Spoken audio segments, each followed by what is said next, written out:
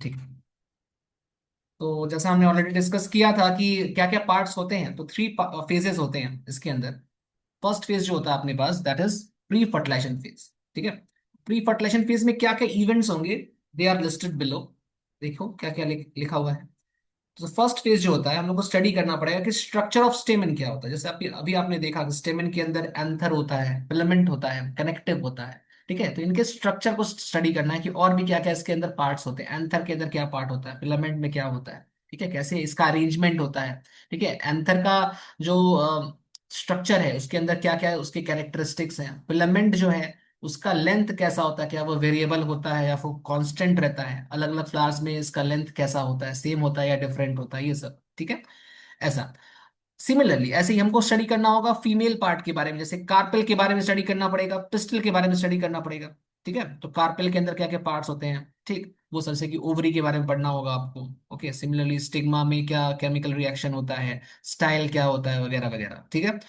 ऐसे ही हमको पढ़ना होगा कि फॉर्मेशन ऑफ, थर्ड पॉइंट देखो, formation of male and female gametes. Male gametes कैसे बनते हैं प्लांट्स के अंदर, फीमेल गैमेट्स कैसे बनते हैं, प्रोसेस क्या है उनका। ठीक है। मतलब गैमेटोजेनेसिस बेसिकली हमें पढ़ना पड़ेगा, ये सारी चीजें। देन पॉलिनेशन पढ़ना है, गैमेट्स बन जाएंगे, देन उनको ट्रांसफर करना पड़ता है, दैट इज कॉल्ड पॉलिनेशन। ठीक है। तो पॉलिनेशन के लिए कुछ हमें एजेंट्स की जरूरत पड़ती है। दे में बी लिविंग और नॉन लिविंग, बायोटिक या नॉन ए बायोटिक बोल सकते हो आप। ठीक है। इनको स्टडी करेंगे फिर। एंड देन पॉलन और पिस्टिल आपस में रिएक्ट करते हैं या इंटरैक्ट करते हैं। पॉलन मतलब मेल, एक तरह से मेल पार्ट है पॉलन। ठीक है। मेल से निकल रहा है, पढ़ेंगे हम लोग पॉलन ग्रेन के बारे में। ऐसे ही पिस्टिल, पिस्टल मतलब जो लोग कार्पेल के बारे में स्टडी किए कि उसमें स्टिग्मा होता है, स्टाइल होता है, ओवरी होता है। ठीक है। तो ये पॉलन के साथ कैसे इंटरेक्ट करता है, क्या रिएक्शंस वहां पर होते हैं, ये सारी चीजें, ये सब कुछ इंक्लूडेड है under the pre fertilisation phase. ठीक है। ये तो बस एक मैंने बता रहा हूँ आपको ओवरव्यू कि क्या क्या पार्ट्स आपको स्टडी करना है। ठीक है। अभी मैंने स्टार्ट नहीं किया है, एक एक करके सारा स्टडी करना है। ठीक है। ये इसलिए बता रहा हूँ ताकि आपको मतलब सारे इवेंट्स सिंक्रोनाइज्ड में पता हो कि कौन सा पार्ट एग्जैक्टली कहाँ होता है, तो ज्यादा अच्छे से समझ में आएगा। ठीक है। तो ये हो गया प्री फर्टिलाइजेशन, मतलब फर्टिलाइजेशन के पहले क्या क्या होता है, इतना सारी घटना हो जाती है पहले। ठीक है। At the end of pollen pistol interaction, उसके बाद क्या होगा, उसके बाद आता है आपका फर्टिलाइजेशन फेज। तो सेकेंड फेज आता है देखो, फर्टिलाइजेशन फेज। ठीक है। तो फर्टिलाइजेशन फेज के अंदर में देख सकते हो कि एक इवेंट होता है that is called double fertilisation. Now double fertilisation में दो बार फर्टिलाइजेशन होता है।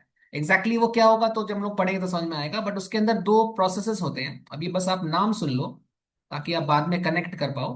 First name is syngamy. Syngamy में एक्चुअली में mail and female gametes fuse करते हैं। ठीक है, साथ में फ्यूज करते हैं। और ट्रिपल फ्यूजन, यहाँ पर कुछ एंडोस्पर्म बनता है। ठीक है। एंडोस्पर्म क्या होता है वो पढ़ाएंगे बाद में। तो ये दो जो दो घटनाएं हो रही हैं, सिनगैमी एंड ट्रिपल फ्यूजन, इन दोनों को मिला करके हम बोलते हैं डबल फर्टिलाइजेशन। तो ये हो गया आपका फर्टिलाइजेशन फेज, इतना चाहिए। ठीक है। अब फर्टिलाइजेशन के बाद क्या होगा, that is called post fertilisation phase. ठीक है। तो पोस्ट फर्टिलाइजेशन इवेंट्स को एक बार थोड़ा देख लिया जाए क्या क्या है। देखो तो इतने सारे पार्ट्स हैं इसके अंदर। तो फर्स्ट पार्ट देखो, जब एक बार जाइगोट बन जाएगा तो जाइगोट के साथ बनता है एंडोस्पर्म। अभी बताया कि ट्रिपल फ्यूजन की वजह से बनता है। तो ये रहा एंडोस्पर्म। ठीक है। एंडोस्पर्म आप जब पढ़ोगे तो आप पढ़ोगे कि ये ट्रिप्लॉइड होता है, 3N होता है, पढ़ाऊंगा बाद में। ठीक है। ऐसे ही जो जाइगोट बनेगा that develops into the embryo. ठीक है। तो एम्ब्रियो जो है दैट इज 2N, डिप्लॉयड। ठीक है। ये जाइगोट से बनता है। सिमिलरली आगे चलकर यहाँ सीड बनेगा। ठीक है। फ्रूट्स भी बनेंगे। ठीक है। एक कुछ प्रोसेस आपको पढ़ना पड़ेगा, एपोमिक्सिस बोल के कुछ होता है, क्या होता है बाद में देखा जाएगा। एंड एक और है पॉली एम्ब्रायनी, जहां बहुत सारे एम्ब्रियोज बन जाते हैं, दैट्स कॉल्ड पॉली एम्ब्रायनी। ठीक है। तो ये सारा एक एक ओवरव्यू था कि पूरा चैप्टर क्या है, यही सब पढ़ना है, यहाँ तक पढ़ लोगे चैप्टर खत्म हो जाएगा। ठीक है। तो फर्स्ट अपन को स्टार्ट करना है विथ प्री फर्टिलाइजेशन इवेंट्स। और ज्यादा आज स्टार्ट नहीं करेंगे, नेक्स्ट क्लास ही करेंगे वैसे। तो अभी जो हम लोग पढ़े हैं, एक बार पीछे चलते हैं वापस। तो यहाँ देखो फर्स्ट जो पार्ट है प्री फर्टिलाइजेशन का, स्टडी ऑफ स्ट्रक्चर ऑफ स्टेमन, थोड़ा सा वो स्टार्ट में कर रहा हूँ अभी। और देखो,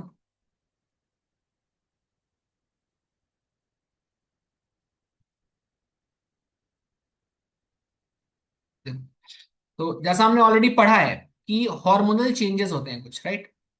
ठीक है। और हार्मोनल चेंजेस के साथ साथ कुछ स्ट्रक्चर में भी चेंज होता है। ठीक है। कहाँ पे होता है ऐसा, शूट के एपेक्स में। ठीक है। तो शूट के एपेक्स में कुछ हार्मोनल चेंजेस हो रहे हैं जिसकी वजह से वहां पर फ्लावर का फॉर्मेशन हो रहा है। तो इनिशियली कुछ हार्मोनल चेंजेस होंगे जिसकी वजह से फ्लोरल प्रीमोडियम बनेगा। ठीक है। फ्लोरल प्रीमोडियम जो है या प्रीमोडिया, अगर देखो अगर सिंगल है ना तो डीएम बोलते हैं। ठीक है, प्रीमोडियम। एंड अगर प्लुरल है, बहुत सारे हैं, प्रीमोडियम्स नहीं बोलेंगे, प्रीमोडियम्स के बदले क्या बोलते हैं, प्रीमोडिया। ठीक है, जैसे कोनिडियम, कोनिडिया। ठीक है, बैक्टीरियम, बैक्टीरिया। ऐसे ही सिंगल है तो ईएम लगता है, प्रीमोडियम, एंड प्लुरल है तो क्या बोलोगे, प्रीमोडिया। ओके, दैट कन्वर्ट इनटू, ये प्रीमोडिया जो होता है ना, फ्लोरल प्रीमोडिया, यही लेटर ऑन कन्वर्ट हो जाता है फ्लोरल बड में, ऐसा हम लोग बहुत बार पढ़ चुके हैं, है ना। एंड अल्टीमेटली जो फ्लोरल बड है that gives rise to the flower. ठीक है, तो ऐसा हम जानते हैं कि ये सारी घटनाएं होती हैं एंड अल्टीमेटली हमको फ्लावर मिलता है, वही यहाँ लिखा हुआ। ठीक है, तो ये तो हार्मोनल चेंजेस के बारे में लिखा है। बट कुछ और चीजें भी होती हैं, जैसे देखो इस पूरे नोट को पढ़ना है आपको।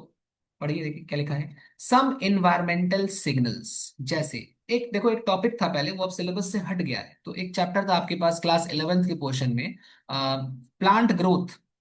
ठीक है, प्लांट ग्रोथ एंड डेवलपमेंट। तो वहां पर एक टॉपिक हुआ करता था पहले, फोटो पीरियोडिज्म। थोड़ा बहुत पढ़ाया जाता है वैसे, बट इसमें क्या होता है ना, फोटो पीरियोडिज्म एक प्रकार का इन्वायरमेंटल सिग्नल होता है। ठीक है, मतलब इसमें कितना लाइट का ड्यूरेशन है, प्लांट को कितनी लाइट चाहिए ग्रो करने के लिए, that thing is called photo periodism. ठीक है, तो कुछ प्लांट्स लॉन्ग डे प्लांट्स होते हैं, उनको ज्यादा लाइट चाहिए होती है, कुछ प्लांट्स शॉर्ट डे प्लांट्स होते हैं, उनको कम लाइट चाहिए होती है, ऐसा कुछ होता है, और भी बहुत सारी चीजें होती हैं। ठीक है, तो वो अभी हम लोग डिटेल्स में नहीं पढ़ रहे हैं, उसमें काफी डिटेल्स होता है कि कुछ सीजनल प्लांट्स होते हैं, वो तभी फ्लावर करेंगे जब उनका पर्टिकुलर सीजन आएगा। ठीक है, तो अभी के लिए आप बस याद रख लो, कुछ इन्वायरमेंटल सिग्नल्स हैं एंड दो सिग्नल्स आर कॉल्ड, बोल सकते हो, फोटो पीरियोडिज्म। ठीक है, मतलब वहां light, photo means light, period मतलब क्या हो गया, टाइम पीरियड। ठीक है, तो कितना लाइट पड़ना चाहिए प्लांट के ऊपर, तब प्लांट का ग्रोथ होगा, तब उसमें फ्लावरिंग होगी, इसी को बोलते हैं फोटो पीरियोडिज्म। ठीक है, और ये इन्वायरमेंट पे डिपेंड करता है, दैट्स वाई हमने यहाँ लिखा है some environmental signals are required. ठीक है, for the development of flowers. ठीक है, and that is why flowers are formed only during a particular season. ऐसा नहीं होता कि कोई फ्लावर हर समय फ्लावर करता हूँ, हाँ कुछ कुछ एक्सेप्शंस होते हैं, वो अलग बात है। बट कुछ कुछ एक्सेप्शन को छोड़ दिया जाए तो अधिकतर जो मोस्टली प्लांट्स होते हैं वो तभी फ्लावर करते हैं जब उनका फ्लावरिंग सीजन आता है। ठीक है, और वही फ्लावर आगे चलकर उसमें फ्रूट बनता है फिर, है ना। तो जैसे मैंगो का सीजन आ गया है, तो मैंगो का सीजन साल में एक ही बार आता है। अब ऐसे कुछ और भी हैं जो एक के बदले दो बार आते हैं। ठीक है, और कुछ साल भर भी रहते हैं, ऐसा भी है। बट मोस्टली इनका एक पर्टिकुलर सीजन होता है, वही यहाँ पर लिखा है। तो सीजन वाला पार्ट किस पे डिपेंड कर रहा है, वन सेकेंड एक बार फिर से मैं बता रहा हूँ, सीजन वाला पार्ट डिपेंड कर रहा है इन्वायरमेंटल सिग्नल पर। एंड इन्वायरमेंटल सिग्नल का एग्जाम्पल आपको याद रखना है, फोटो पीरियोडिज्म। ठीक है, फोटो पीरियोडिज्म। चलिए नेक्स्ट टॉपिक देखिए। अब यहां से स्टार्ट है स्ट्रक्चर ऑफ स्टेमन। तो स्टेमन का स्ट्रक्चर है, जैसे पूरा का पूरा यहाँ पर बना हुआ है, आप देखो यहां से लेकर यहां तक जो कंप्लीट स्ट्रक्चर है दैट इज कॉल्ड द स्टेमन। ठीक है, एंड स्टेमन में अगर मैं इस पर्टिकुलर पार्ट की बात करूं, इस पर्टिकुलर पार्ट को, तो इसको आप कहते हो एंथर। ठीक है, एंथर के बाद जैसे आपने आपने देखा था कि जो येलो कलर का आपको दिख रहा है, दिस इज द कनेक्टिव। ठीक है, ये कनेक्टिव क्या करता है, देखो इसके बारे में लिखा है, connects the anther with the filament. ये फिलामेंट है, तो ये जो पार्ट आपको दिख रहा है, जो लंबा सा पार्ट है, दैट इज द फिलामेंट।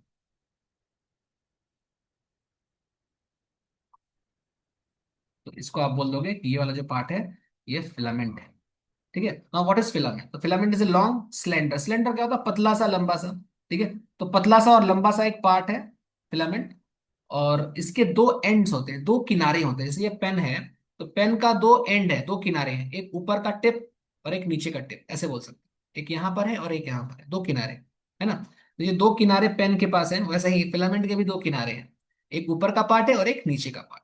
ठीक है, तो वो क्या क्या है देखो, एक का नाम होता है डिस्टल। ठीक है, एक का नाम होता है डिस्टल एंड सेकंड का नाम होता है प्रॉक्सिमल। ठीक है, डिस्टल माने दूर का। ठीक है, D for distal, B for दूर का। ठीक है, तो ये दूर का है। ठीक है, जैसे यहां मैं लिख सकता हूं कि ये दूर का रिश्तेदार, दूर का पार्ट है, दूर, D for distal, D for दूर, P for proximal, P for पास, तो ये पास में होता है। अब किसके रेस्पेक्ट में ये डिस्टल है एंड किसके रेस्पेक्ट में ये पास में है, तो ये एक बार नीट में आ चुका है। ठीक है, सो नीट में क्या पूछा था, मैं बताता हूँ रुको। एक बार इधर आओ, ये देखो। ओके, ये देखिए। तो स्ट्रक्चर ऑफ फिलामेंट जब आप जब डिटेल्स में देखोगे, तो आप देख सकते हो यहाँ पर दो पार्ट्स, दो एंड्स, दो किनारे हैं। ठीक है। ये जो किनारा है ये वाला ऊपर का जो यहाँ पर बनाया हुआ है, इसको बोलते हैं डिस्टल। ठीक है। और ये किससे अटैच होता है, देखो एंथर से, मतलब यहाँ पर आपके पास एंथर होगा, सोचो। ये जो पार्ट है ये क्या हो जाएगा, एंथर। और जो नीचे का पार्ट है ना, ये थैलेमस से अटैच होगा। तो यहाँ पर जो पार्ट आपको दिख रहा है ये वाला पार्ट, ये पार्ट क्या हो जाएगा, थैलेमस। ठीक है। थाला फॉर अ रीजन, थाला। थाला से थैलेमस याद रखो, तो थाला के साथ क्या है, प्रॉक्सिमल। ठीक है। तो प्रॉक्सिमल एंड यहां पर है, प्रॉक्सिमल के साथ थैलेमस है। और डिस्टल के साथ कौन कनेक्टेड है, एंथर। ठीक है। तो भाई यहां लिखा है कि अटैच्ड विथ थैलेमस। ये देखो, प्रॉक्सिमल एंड किसके साथ अटैच्ड है, थैलेमस से। या किसी किसी केसेस में पेटल के साथ भी अटैच्ड होता है। ठीक है, वो मॉर्फोलॉजी का पार्ट है। तो अभी के लिए आप याद करो थैलेमस के साथ ही, but apart from thalamus it can also attach with the petal और tepal. What is tepal, tepal के बारे में जानते हो, अगेन ये क्लास 11th मॉर्फोलॉजी का पार्ट है। मैं बताता हूँ, चलो। तो फिलहाल अभी याद करो दो चीज। ठीक है, एक ट्रिक है, चलो ट्रिक पहले सुन लो, फिर मैं टेपल को समझा देता हूँ कि टेपल क्या है। तो एक निमोनिक क्या ट्रिक है, आप याद कर लो, प्रोथाला। ठीक है। प्रोथाला, प्रो माने proximal, pro means proximal, proximal and पर थाला है। ठीक है, थाला मीन्स थैलेमस। तो प्रॉक्सिमल एंड पर थैलेमस है, प्रोथाला याद कर लो। और देखो डिस्टल एंड पर कौन है, डिस्टल से याद करो आप, डिश एंटीना। तो डिश मतलब डिस्टल। ठीक है। और एंटीना से एंथर। ठीक है, डिश एंटीना, ऐसे करके याद कर लेना। ठीक है, इससे कंफ्यूजन नहीं होगा। ठीक है, ये पीवाईक्यू में आपको मिल जाएगा कि कौन से एंड पर क्या अटैच्ड। मैं फिर से एक बार आखिरी बार रिपीट कर रहा हूँ। जो फिलामेंट है उसका दो पार्ट्स होता है, one part is distal end, second part is proximal and. ठीक है। प्रॉक्सिमल एंड जो होता है वो थैलेमस के करीब होता है। ठीक है। और जो डिस्टल एंड होता है वो थैलेमस से दूर है, वो एंथर के करीब है, एंथर के पास। ठीक है। तो आप बस याद रखिए कि प्रॉक्सिमल एंड का कनेक्शन थैलेमस के साथ है, तो प्रो थाला याद रख लो, प्रो से प्रॉक्सिमल, थाला से थैलेमस। ठीक। और डिस्टल का जो कनेक्शन है वो एंथर के साथ है, डिश एंटीना याद कर लो, डिश से डिस्टल, एंटीना से एंथर। ठीक है। अच्छा, इसके अलावा जैसे यहाँ टेपल की बात की गई है, तो टेपल क्या है, आइए यहाँ से कोई डाउट है किसी को, एक बार देख लो, कोई डाउट है तो बताओ, फिर टेपल की बात करते हैं। नहीं। सर वो फ्लारिंग में जो एनवायरमेंटल सिग्नल्स रिक्वायर्ड था, वो हम्म। फोटो लाइट के अलावा भी हो सकते हैं। यस, लाइट के ठीक। अलावा भी हो सकते हैं, और भी हो सकते हैं, यस यस। और भी कुछ हो सकता है, जैसे कि मान लो हार्मोन्स भी हो सकते हैं, केमिकल्स भी हो सकता है, आसपास का एनवायरनमेंट भी हो सकता है। या अगर बोलो कि रेनी सीजन, या फिर पानी की कमी है, या सॉल्ट ज्यादा है, सलाइन एनवायरनमेंट है, या पानी ज्यादा है। मतलब कोई भी फैक्टर, एनवायरमेंटल फैक्टर पे वो डिपेंड कर सकता है। बट उतना ज्यादा डिपेंड नहीं करता, ज्यादा किस पर डिपेंड करता है, ज्यादा डिपेंड करता है वो लाइट के ड्यूरेशन पर। ठीक है, इसलिए वो फोटो पीरियडिज्म को एक्सक्लूसिवली मैंने वहां लिखा है। अपार्ट फ्रॉम दैट आप और भी लिख सकते हो, कोई इशू इशू नहीं है, वो भी लिख सकते हैं, अदर फैक्टर्स भी रिस्पॉन्सिबल। ठीक है। Okay sir, thank you. Okay, और कोई डाउट किसी का कुछ। चलो ठीक है, चलो आगे बढ़ते हैं। देखो, तो अब एक बार यहाँ पे कुछ टर्म्स की बात कर लेते हैं, जो टर्म्स आपकी क्लास 11th के पोर्शन में थे। एक्चुअली वो यहाँ पर मैं एक बार रिपीट कर रहा हूँ तरह से, बिकॉज दोनों पार्ट कनेक्टेड है। तो देखो नोट में क्या लिखा है कि when filament is attached with petal, जब फिलामेंट का अटैचमेंट पेटल के साथ होता है। फिलामेंट कभी कभी पेटल से भी अटैच्ड हो सकता है, थैलेमस से तो होता ही है, बट इन सम केसेस ये पेटल के साथ जुड़ा होता है, तो उस कंडीशन को हम एक नाम से जानते हैं, and that is called epipetalous condition. ठीक है, याद रख लेना इसको। ये मॉर्फोलॉजी का है, क्लास 11th का क्वेश्चन का है। ठीक है, एपीपेटलिस कंडीशन। सिमिलरली जब फिलामेंट अटैच्ड होगा टेपल के साथ। ठीक है। टेपल क्या है पहले वो समझ लो। देखो किसी किसी फ्लावर के अंदर, किसी किसी फ्लावर के अंदर सेपल एंड पेटल के बीच कोई डिफरेंशिएशन नहीं हो पाता, मीन्स फ्लावर के अंदर सेपल और पेटल दोनों साथ में रहता है, पता नहीं चलता कौन सा सेपल है कौन सा पेटल है। ठीक है, डिफरेंशिएट ही नहीं हो पाता, सेम टाइप का दिखता है। ठीक है, तो ऐसे चीज को हम बोलते हैं टेपल। जब सेपल और पेटल में कोई फर्क समझ में नहीं आता, दोनों एक जैसा ही नजर आता है, देन उस चीज का नाम पड़ता है टेपल। ठीक है। तो सेपल और पेटल का जो कॉम्बिनेशन होता है ऐसे बोल सकते हो। ठीक है। या उसका डिफरेंशिएशन सही से नहीं हुआ रहेगा तो एक जैसा नजर आएगा, उसको आप टेपल बोलोगे। तो ऐसा लिली, एक प्लांट है लिली फ्लावर, उसके अंदर मिल सकता है। ठीक है। तो अगर मान लो, अगर मान लो filament is attached with tepal, then that condition is called epiphyllous condition या एपिटेपलस कंडीशन, टेपलस वैसे नहीं बोलते हैं बट बोल सकते हो बोलने का, लेकिन जो इसका टेक्निकल टर्म है दैट इज एपीपाइलस। ठीक है, तो ये याद करके रखना यार, एपीफाइलस एंड एपीपेटलस। ठीक है, चलो आगे देखो। अब टेपल के बारे में लिखा होगा वैसे, आई होप ये लिखा है। तो ये देखो यहाँ पर, in some flowers petals and sepals can not be clearly distinguishable या डिस्टिंग्विश नहीं कर पाओगे आप, so they are called tepals. ठीक है, they are called tepals. Like like example क्या है, लिली एंड ट्यूलिप, ये कुछ एग्जाम्पल जहां आपको टेपल देखने को मिलेगा। एंड वन मोर थिंग, जैसा सेपल का जो वर्ल था, जो ग्रुप था, उसको आप क्या बोल रहे थे, कैलिक्स। एंड पेटल का जो वर्ल था उसको आप बोल रहे थे कोरोला। वैसे ही जो यहाँ पर टेपल का ग्रुप बनता है दैट इज कॉल्ड पेरियन। ठीक है, whorl of tepal is called perianth. ये भी क्लास 11th का ही पोर्शन है, जस्ट रिमाइंड करने के लिए यहाँ पर मैंने दे दिया है कि हम लोग पढ़ रहे हैं सारे पार्ट्स, तो वो सब काम में आएगा 11th वाला भी। अब आई डोंट नो कि आपने कितना पढ़ा है, बट अगर पढ़ा भी है तो एक बार रिवीजन हो जाएगा, नहीं पढ़ा है तो फिर अभी आपको याद करना पड़ेगा। ठीक है, यहाँ से कोई डाउट किसी को, टेपल पेटल ये सब में? नहीं? ठीक है, पेरियंथ हो गया। अब देखो ये बड़ा इंपॉर्टेंट पॉइंट है, यहाँ से भी एक बार नीट में पीवाईक्यू आया हुआ है। ठीक है, लाइन पढ़िए क्या लिखा है, द लेंथ ऑफ फिलामेंट्स में बी सेम और वेरिएबल। मतलब लेंथ जो होता है फिलामेंट का वो अलग अलग हो सकता है। ठीक है, किसी किसी फिलामेंट के जो लेंथ है वो लंबे हो सकते हैं, ये फिलामेंट है देखो, ये एंथर है, कि कोई फिलामेंट छोटे साइज का हो सकता है, ऐसा भी हो सकता है। ठीक है, तो ये वेरिएबल लेंथ का ऐसा ऐसा भी हो सकता है। ठीक है, अलग अलग लेंथ के फिलामेंट्स हो सकते हैं। ठीक है, तो फिलामेंट का लेंथ कैन बी वेरिएबल और मे बी सेम, सेम भी हो सकता है, वेरिएबल भी हो सकता है। ठीक है, एग्जाम्पल आप याद रखेंगे, मस्टर्ड, मस्टर्ड के केस में वेरिएबल होते हैं। ठीक है, वेरिएबल लेंथ के फिलामेंट्स हो सकते हैं। ठीक है, तो यहाँ पर हो गया हम हमारा कि एंथर का बेसिक और फिलामेंट का बेसिक्स। ठीक है, अब एंथर को स्ट्रक्चर पढ़ना पड़ेगा, एंथर का स्ट्रक्चर काफी डिटेल में है, तो इसको हम लोग नेक्स्ट क्लास ही करेंगे प्रॉपरली वैसे तो। थोड़ा सा बता देता हूँ कि एंथर के अंदर दो लोब्स होते हैं, जब आप उसको कट करोगे, जिसको नेक्स्ट क्लास ही करते हैं। ठीक है, इसमें डाइथिकस कंडीशन और बाइलोब्ड एंथर है। ठीक है, मैं एक बार एनसीईआरटी की रीडिंग कर दे रहा हूँ जो मैंने पढ़ा है, तो मैं एक बार बता दूं मैं कैसे पढ़ाऊंगा। देखो जो भी हम लोग क्लास करेंगे, ठीक है, तो पहले तो हम लोग थ्योरी पढ़ेंगे पूरा प्रॉपर, मैं ऐसे ही आपको पीडीएफ दे दूंगा, समझा दूंगा प्रॉपर, आप घर पर उसको आराम से लिख लेना नेक्स्ट क्लास तक। ठीक है, जहाँ डाउट आए तो व्हाट्सअप कर सकते हो, मैं बता दूंगा जो भी डाउट आएगा। ठीक, पहले तो नोट डाउन कर लेना है जो भी नोट्स दूंगा मैं आपको। उसके बाद जैसे मैं पढ़ा रहा हूँ अभी तो कुछ नहीं लिखना आपको, बस समझना है। उसके बाद क्लास के एंड में हम लोग एनसीईआरटी की रीडिंग करेंगे, जो भी टॉपिक हमने पढ़ा है उसको उसी दिन एनसीईआरटी से रीड कर लेंगे। इससे क्या होगा कि मतलब आपका एनसीईआरटी भी पैरेलल में कंप्लीट हो जाएगा। ठीक है, एंड घर पर मतलब आप जब क्लास ओवर हो जाएगा एक बार नोट डाउन भी कर लोगे सारा, तो नोट्स पढ़ लेना पहले, नोट्स पढ़ने के बाद दोबारा से एक बार एनसीईआरटी पढ़ लेना। ठीक है, तो ये एक वीक का साइकिल है, जैसे मैंने आज पढ़ाया, तो आज आप क्या करोगे, पहले तो पढ़ लेंगे, पढ़ के डाउट वाउट पूछ ला जो पूछ लोगे, पढ़ लिए समझ गए। अब पहले नोट डाउन करोगे सारी चीजों को, नोट करने के बाद ही एनसीईआरटी खोलना, पहले नोट्स पढ़ लेना है। ठीक है, तो नोट्स पढ़ने के बाद स्विच करना है एनसीईआरटी पे, डायरेक्टली एनसीईआरटी रीड करने नहीं बैठना, बिकॉज एनसीईआरटी का लैंग्वेज काफी कॉम्प्लेक्स है, काफी टफ है। जब तक आप नोट्स क्लियरली समझ में नहीं आएगा आपको, तब तक आप एनसीईआरटी ना पढ़ें तो अच्छा है, क्योंकि तो उससे नेगेटिव मार्किंग का चांसेस बढ़ जाता है। तो प्लीज मेरा जो सीक्वेंस है वो फॉलो करना। First you have to write down the notes, understand the notes, उसके बाद ही एनसीईआरटी खोलें, एनसीईआरटी रीड करें, फिर जो डाउट्स आए मेरे से पूछें। ठीक है, अगर डाउट्स आ रहा है तो पहला काम आपका ये भी है कि पहले नोट्स को पढ़ लो एक बार, देखो नोट्स में शायद उसका आंसर मिल जाए। ठीक है, अगर हाँ नोट्स में भी नहीं आंसर मिला, देन मेरे पास आओ, तब सही रहेगा। ठीक है, तो ऐसा होता है, ये यही आपको फॉलो करना है।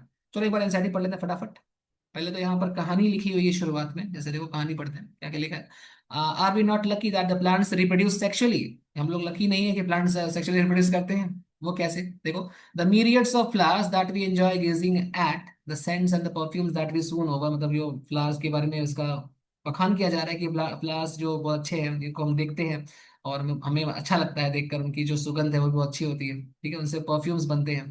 ठीक है, द रिच कलर्स, उनकी जो कलर्स होते हैं बहुत अट्रैक्टिव होते हैं। ठीक है, ये सब के सब किस चीज में हेल्प करते हैं, एड मतलब हेल्प करते हैं किस चीज में, सेक्सुअल रिप्रोडक्शन में हेल्प करते हैं। तो फ्लावर को वो हेल्प करते हैं सेक्सुअल रिप्रोडक्शन में, ये हमारे लिए नहीं है। ठीक है, कि ये हम अपनी फैमिली मेंबर्स को या अपने फ्रेंड्स को फ्लावर्स देकर खुश करें, ये तो फ्लावर्स का अपना खुद का एक मैकेनिज्म है फॉर सेक्सुअल रिप्रोडक्शन। ठीक है, और हम उसको यूज करते हैं। ठीक है, तो वही लिखा है कि flowers do not exist only for us to be used, flowers हमारे यूज के लिए नहीं बना हुआ है, ठीक है। ये तो अपने सेक्सुअल रिप्रोडक्शन के लिए। फ्लावर, अब फ्लावरिंग प्लांट क्या करता है, फ्लावर इसलिए बनाता है ताकि वो सेक्सुअल रिप्रोडक्शन कर सके, ना कि हमें खुश कर सके। ठीक, वही सब यहाँ लिखा हुआ। नेक्स्ट लिख रहा है कि look at the diversity of structures of inflorescence. जब आप इनफ्लोरेसेंस, मतलब जब आप क्लास 11 का जो एक टॉपिक है इनफ्लोरेसेंस, ठीक है, जहाँ फ्लावर्स का जो ग्रुप बनता है उनको आप देखोगे, या फ्लोरल पार्ट्स को स्टडी करोगे जैसे आज हमने स्टडी किया, तो आपको देखने को मिलेगा shows an amazing range of adaptation. बहुत सारे एडाप्टेशन, बहुत सारे चेंजेस भी हो सकते हैं उसके अंदर, डाइवर्सिटी होती है बहुत सारा। ठीक है, to ensure formation of end products of sexual reproduction, fruits and seeds. कह रहा है कि जब उसको स्टडी करोगे तो आप देखो कि बहुत सारे डिफरेंट टाइप्स के फ्रूट्स और सीड्स और बहुत सारे एडाप्टेशंस पाए जाते हैं फ्लावरिंग प्लांट के अंदर। इस चैप्टर में हम लोग को क्या पढ़ना है, लिखा है इस चैप्टर में, वो मॉर्फोलॉजी पढ़ना है, स्ट्रक्चर पढ़ना है, और देखो and the processes of sexual reproduction, को सेक्सुअल रिप्रोडक्शन का प्रोसेस पढ़ना है। ठीक है, एंजियोस्पर्म्स का। तो यहां से शुरू होता है, flower, a fascinating organ of angiosperms. Angiosperms के अंदर फ्लावर पाए जाते हैं। देखो क्या कह रहा है कि human beings have an intimate relationship with the flowers, with flowers since time immemorial. बहुत समय से, बहुत पुराने जमाने से ही फ्लावर्स के साथ इंसान का अच्छा खासा रिलेशनशिप है, मतलब इंसान उसको यूज करता आया है, अलग अलग मौके पर यूज करता है। ठीक है, flowers are objects of aesthetic, सुंदर दिखने के लिए, ऑर्नामेंटल मतलब उससे गहने, गहने तो नहीं, सजावट के सामान बनते हैं, सोशल यूज कर सकते हैं, शादियों में यूज होता है, रिलीजियस, भगवान को चढ़ाया जाता है। ठीक है, कल्चरल वैल्यू, कल्चरल प्रोग्राम्स में भी उसका इस्तेमाल किया था, माला बनाई जाती है उससे। ठीक है, इसके बहुत सारे अलग अलग यूज होते हैं। Symbols for conveying important human feelings, human feeling को कन्वे करने के लिए भी, जैसे कि लव, अफेक्शन, ये सब। ठीक है, प्यार जाहिर करने के लिए, कभी किसी की डेथ हो गई तो वहां पर वो जो व्हाइट वाला फ्लावर है वो लेके जाते हैं। ठीक है, तो अलग अलग अपने ह्यूमन फीलिंग्स को एक्सप्रेस करने के लिए फ्लावर्स का इस्तेमाल इंसान अलग अलग मौकों पर करता है। ये सब लिखा। फिर यहाँ तुमको एक काम दे दिया गया है। ठीक है, काम दिया गया है कि बताओ 5 फ्लावर्स के नाम बताओ जो, जिनसे हम ऑर्नामेंटल, सजावट का काम कर सकते हैं। जैसे रोज हो सकता है ना, रोज हो गया, लिली हो गया, ट्यूलिप हो गया, ठीक है, ऑर्किड्स हो गए। ठीक है, ऐसे ही चाइना रोज भी हो सकता है, मैरी गोल्ड हो जाएगा, मेरी गोल्ड, मैरी गोल्ड जो बोलना है बोलो, मैरी गोल्ड। ठीक है, तो अलग अलग, गेंदा फूल। ठीक है, ये सारे अलग अलग डिफरेंट टाइप के फ्लावर्स हैं जो हम लोग ऑर्नामेंटल वैल्यू के रूप में इस्तेमाल करते हैं। ठीक है, अगले पेज पर एक और सवाल पूछा होगा, देखो। दो सवाल पूछे होंगे बल्कि। देखिए, बोल रहा है कि find out the names of 5 more flowers that are used in social and cultural celebration. वही वाला 5 वाला लिख लो, या फिर और भी लिख सकते हो, चाइना रोज का भी लिख सकते हो, और भी फ्लावर्स होते हैं यार, जितना डिफरेंट टाइप के फ्लावर्स आप यूज करते हो या देखे हो। ठीक है, तो ये लिस्ट पूछ रहा है जो सेलिब्रेशन में काम में आता है। ठीक, ऐसे देखो, have you heard of floriculture, ये क्वेश्चन का जवाब चाहिए हमको। फ्लोरिकल्चर मतलब होता है कि हम जहाँ पर फ्लावर का फ्लोरल फार्मिंग करते हैं, जहां पर हम फ्लावर को उगाते हैं। ठीक है, तो जहां पर हम फ्लावर की खेती कर रहे हैं, एक प्रकार से बहुत सारा फ्लावर उगा रहे हैं, ठीक है, बागीचा टाइप का है, वहां पर फ्लावर्स को उगाकर उनसे हम बिजनेस कर रहे हैं, दैट इज कॉल्ड फ्लोरिकल्चर। ठीक है, next, to a biologist flowers are morphological and embryological marvels and the site of sexual reproduction. Obviously sexual reproduction का साइट है ये। ठीक है, और अर्लियर क्लासेस में, बचपन में आपने पढ़ा होगा कि you have read various parts of flower, पढ़ा होगा ना। तो वेरियस पार्ट्स ऑफ फ्लावर आज ही पढ़े हम लोग कि डिफरेंट पार्ट्स होते हैं। ठीक है, कैलिक्स, कोरोला, ये सब तो वर्ल्स हो गए। पार्ट्स कौन से होंगे, तो पार्ट्स हो जाएंगे आपके, जैसे अभी स्टेमन हो गया, कार्पेल हो गया, ठीक है, जो ग्रीन कलर का है, सेपल हो गया, जो कलरफुल है, पेटल हो गया, ये सब पार्ट्स ऑफ फ्लावर। ठीक है, कह रहा है कि can you name the 2 parts in a flower. 2 parts के नाम बता सकते हो in which 2 most important units of sexual reproduction take place. वही स्टेमन की बात कर रहे हैं। फर्स्ट पार्ट तो स्टेमन हो गया, ठीक है, एंड सेकंड पार्ट क्या हो जाएगा बताओ। जो सेकंड पार्ट हो जाएगा वो हो जाएगा कार्पेल या फिर stem। ठीक है, यहां से कोई डाउट एनसीईआरटी से? आई होप नहीं है, आगे बढ़ रहा हूँ मैं। देखो, अब देखो, फिर हम लोग पढ़े थे कि इसके जो इवेंट्स होते हैं वो क्या क्या होते हैं। तो फर्स्ट है फर्टिलाइजेशन के पहले वाला इवेंट, जिसको हम बोलेंगे प्री फर्टिलाइजेशन इवेंट्स। ठीक है, तो कह रहा है, देखो यहाँ पे कुछ फिर घुमा फिरा के कुछ बात कर रहा है। देखो, मच बिफोर, बहुत पहले, the actual flower is seen on A plant. मान लो आज आप एक फ्लावरिंग प्लांट को देख रहे हो जहां पर फ्लावर प्रेजेंट है, लेकिन उस फ्लावर के वहां पर होने के बहुत पहले से ही ये डिसाइड हो गया था कि वहां फ्लावर बनेगा। ठीक है, तो much before the actual flower is seen on a plant, the decision, the decision that plant has, sorry, plant is going to flower has taken place. कि प्लांट के अंदर फ्लावर बनेगा, ये डिसीजन काफी पहले ही ले लिया गया था, एंड आगे चलकर फ्लावर बनता है। ये क्यों बनता है, तो कुछ उसके कारण होंगे, जैसे आपने पढ़ा भी था कि कुछ हार्मोनल चेंजेस होते हैं, स्ट्रक्चरल चेंजेस होते हैं। Which lead to differentiation and further development of floral primordium. देखो उससे क्या बनता है, फ्लोरल प्रीमोडियम बनता है। एंड फ्लोरल प्रीमोडियम से क्या बनेगा, इनफ्लोरेसेंस बनेगा। ठीक है, इनफ्लोरेसेंस से आगे चलकर क्या बनेगा, फ्लोरल बर्ड्स बनेंगे। ठीक है, या ऐसे बोल सकते हो कि फ्लोरल प्रीमोडियम से ही आगे चलकर फ्लोरल बर्ड्स बनेंगे, डायरेक्टली बना दो। ठीक है, आगे देखिए, in flower the male and female reproductive structures androecium and gynoecium differentiate and develop. तो कह रहा है कि मेल एंड फीमेल स्ट्रक्चर्स कौन कौन से हैं, एंड्रोशियम है, ये वर्ल है यार। ठीक है, ये वर्ल है, ये भी क्या है, ये भी वर्ल है। तो कौन सा वर्ल है, ये मेल वाला वर्ल है और ये फीमेल वाला वर्ल। ये स्टेमन से बना है, ये पिस्टल या कार्पल से बना है। ठीक है, आगे देखो, you would recollect that androecium consist of whorl of, वही बात कह रहा है, वर्ल ऑफ स्टेमन्स। ठीक है, representing the male reproductive organ and the gynoecium represents female reproductive. यहां तक सब ओके है। चलो लास्ट पेज पे चलते हैं। तो देखो यहां से तो हम लोग अभी तक पढ़े नहीं है इस चीज को, एक मिनट वेट। हाँ, तो यहाँ बस थोड़ा सा पढ़ते हैं क्योंकि बाकी चीजें हम लोग नेक्स्ट क्लास करेंगे, क्योंकि एक सेपरेट टॉपिक है। जैसे यहाँ देखो स्टेमन के बारे में कुछ कुछ बातें कही गई हैं, तो आप यहाँ देख सकते हो कि this portion is the anther. ये जो पूरा का पूरा पोर्शन है, ये एंथर है। और ये जो पूरा पोर्शन है ये वाला, दिस इज फिलामेंट। यहाँ पर कहीं पर इन दोनों के बीच में कनेक्टिव होता है यहाँ पर। ठीक है, तो ये कह रहा है कि दो पार्ट्स होते हैं फ्लावर के। ये वेट, दो पार्ट्स क्या क्या होते हैं देखो। एक होता है स्टेमन, टिपिकल स्टेमन। ये क्या होता है, लॉन्ग एंड स्लेंडर, लंबा और पतला सा। उसको हम बोलते हैं फिलामेंट। ठीक, तो स्टेमन का फर्स्ट पार्ट है long and slender part, it is filament. और एक पार्ट और है बाइलोब्ड स्ट्रक्चर, यहाँ दो लोब्स होते हैं। ये दो लोब्स हम लोग नेक्स्ट क्लास पढ़ेंगे, इसीलिए इसको बाइलोब्ड कहा गया है। ठीक है, इसका नाम होता है एंथर। अभी आपने पढ़ा कि प्रॉक्सिमल एंड प्रोथाला। ठीक है, प्रॉक्सिमल एंड फिलामेंट का किससे कनेक्टेड होता है, थाला के साथ, थैलेमस के साथ। ठीक है, या फिर पेटल के साथ भी हो सकता है, इसको एपिपेटलस कंडीशन बोलते हैं, है ना। ऐसे ही जो स्टेमन का जो लेंथ है वो फिलामेंट पे डिपेंड करता है, तो फिलामेंट का लेंथ वेरिएबल हो सकता है। ठीक है, तो वही कह रहा है, लेंथ ऑफ स्टेमन जो कि फिलामेंट पे डिपेंड करता है वो वेरिएबल है in flowers of different species, जैसे कि मस्टर्ड में।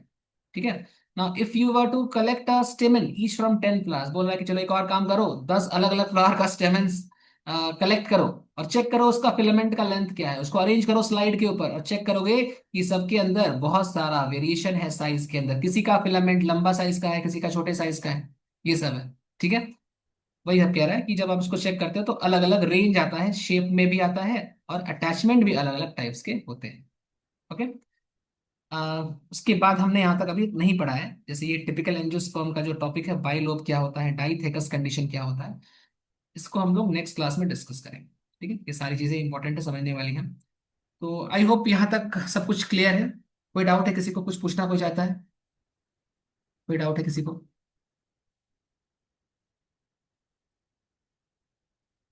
चलो ठीक है, तो ठीक है फिर मैं एंड करने जा रहा हूँ, एक चीज और सुन लो आखिरी में बस, फिर एंड करते हैं। तो आपका काम क्या रहेगा, नेक्स्ट वीक हम लोग फिर से मिलेंगे, तो नेक्स्ट वीक तक आप जो, मैं अभी नोट्स शेयर कर देता हूँ, नोट्स को लिखना स्टार्ट करें, एक सेपरेट कॉपी बनाएं। ठीक है, उसको प्रॉपरली लिखें जैसे आप क्लास में लिखते हैं, बिल्कुल वैसे ही। ठीक, उसके बाद उसको पढ़ें प्रॉपरली, पढ़ने के बाद एनसीईआरटी खोलो, एनसीईआरटी को पढ़ो प्रॉपरली। अगर कहीं डाउट आता है देन मुझसे पूछो, व्हाट्सअप कर सकते हो, टेलीग्राम भी कर सकते हो, जो भी करना है कर सकते हो। ठीक है, दूसरी बात, एक बुक आती है यार, बुक का नाम होता है NCERT at your finger tips, पता होगा आप लोगों को, एमटीजी की बुक आती है।